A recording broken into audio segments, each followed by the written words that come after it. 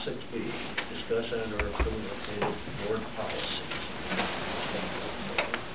We have one policy to go through, which is the wellness policy. And then there's some other policies we need to update some language in. But the wellness policy, the first page of that wellness policy, actually no changes other than the addition of the list of updates that are added to this policy.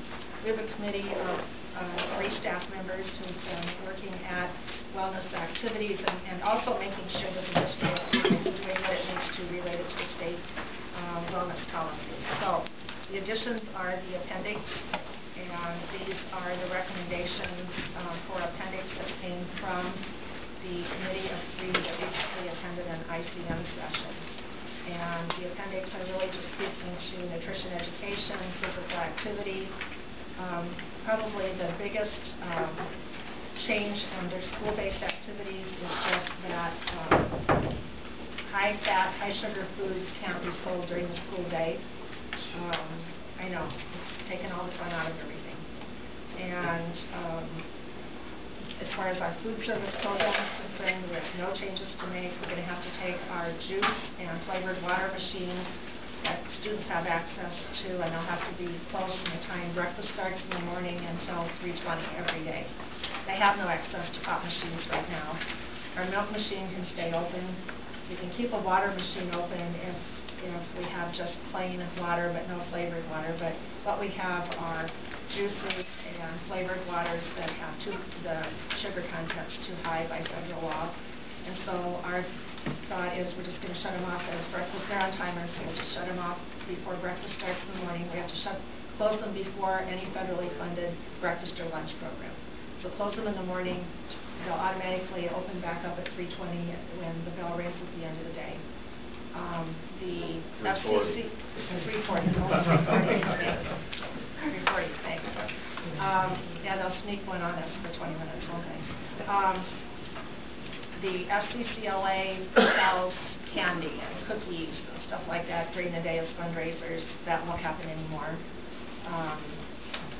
It hasn't addressed school parties like Halloween parties and Christmas parties.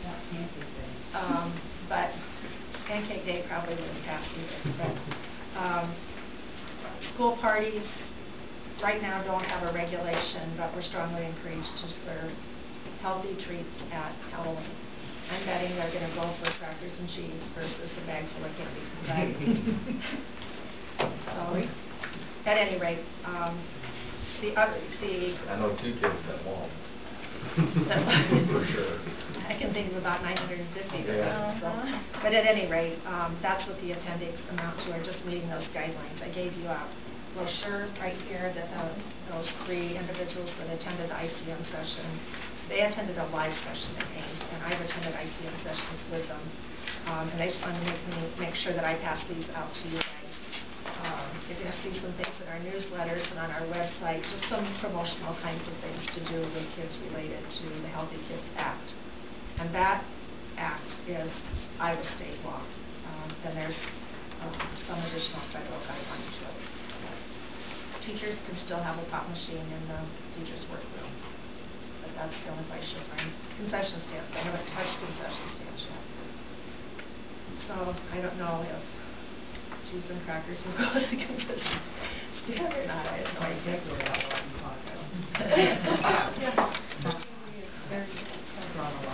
So anyway, brochure, what is the Healthy Kids Act? The second bullet, are we doing that 30 minutes? Per day of physical activity? We do 30 minutes per day of physical activity for all of our preschool, not our preschool, our kindergarten through 4th grade kids have 30 minutes. When is that? That's PE, or that's recess. Recess. I've talked to Mike and a lot of teachers. On the snow days. On the snow days. And we sit on the hall for 3 weeks. We have to provide evidence that we average 30 minutes a day of physical activity, and our recesses average an hour when we have them. PE is 2 times a week for 30 minutes. So they have the opportunity, if they get everything, they have 6 hours of physical activity. And we just have to provide evidence that there's an average through the year of 6 hours, that they meet the 30-minute a day guideline. And because we have 6 hours a week, we fully exceed that. And I know what the issue is about that inside access and access to the gym and that sort of thing. At the middle school and high school, it's 120 minutes a week, unless they sign a waiver saying that they have other physical activity outside of school, then they don't have to meet 120 minutes a week through school. And for 5th through 12th grade, so the way they get it is with PE. Okay. And like the waiver would be fun after school? Or dance. Okay. Do you have any waivers? Yes, with lots of waivers. Yeah. Well, if you think in our high school, the number of kids that we have out for activities, we have farm kids. We have, if the parent signs saying they do chores every night and they're doing whatever they're doing, it's physical activity. It doesn't say it has to be walking and we really feel like parents didn't exaggerate on the waiver. We had a couple kids whose parents said that they didn't need to have it, but the kids just liked PE and said, I want a third day of PE. So 5th and 6th grade are probably the 2 grades that we got the fewest waivers from. We got more from, but if you think 7 through 12, we have sports for them for 1 day. And a lot of our kids in middle school are out for 2 and some of them 3 sports. We'll have 85, 90 kids out for track. So that's more than half of the 7th and 8th grade that will be out for track. But we have kids out for dance and tumbling and taekwondo and all sorts of things. And we didn't argue with parents. If the parent signed the waiver, we just said that's good to go there. But that's only 5th through 12th grade. Okay. And next year we'll do those waivers at the time of school registration. So when people register their kids for school, one of the pieces of paper in there will be the waiver. Okay. And actually next year we think that all 5th through 8th graders will have PE. We're just believing that everybody in middle school should have it, because the dilemma is, what do you do with the kids who have a waiver?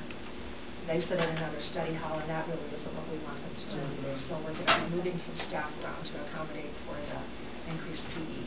Okay. My recommendation would be that you approve this policy. We've got other 2 paragraphs on here too. Yeah, I just don't have you, this one needs to be in our minutes that you've approved it, because it's the same. Because this refers to the Healthy Kids Act and state law, and then we'll talk about that next time. I'll make a motion to approve the wellness policy. I'll second. Discussion? All in favor, say aye. Aye. Opposed, same. Motion carries. Shackboard. I so move approval. Okay, we've got a motion. Is there a second motion? Yes. Is there any discussion? All those in favor say aye. Aye. All those opposed? Motion carries.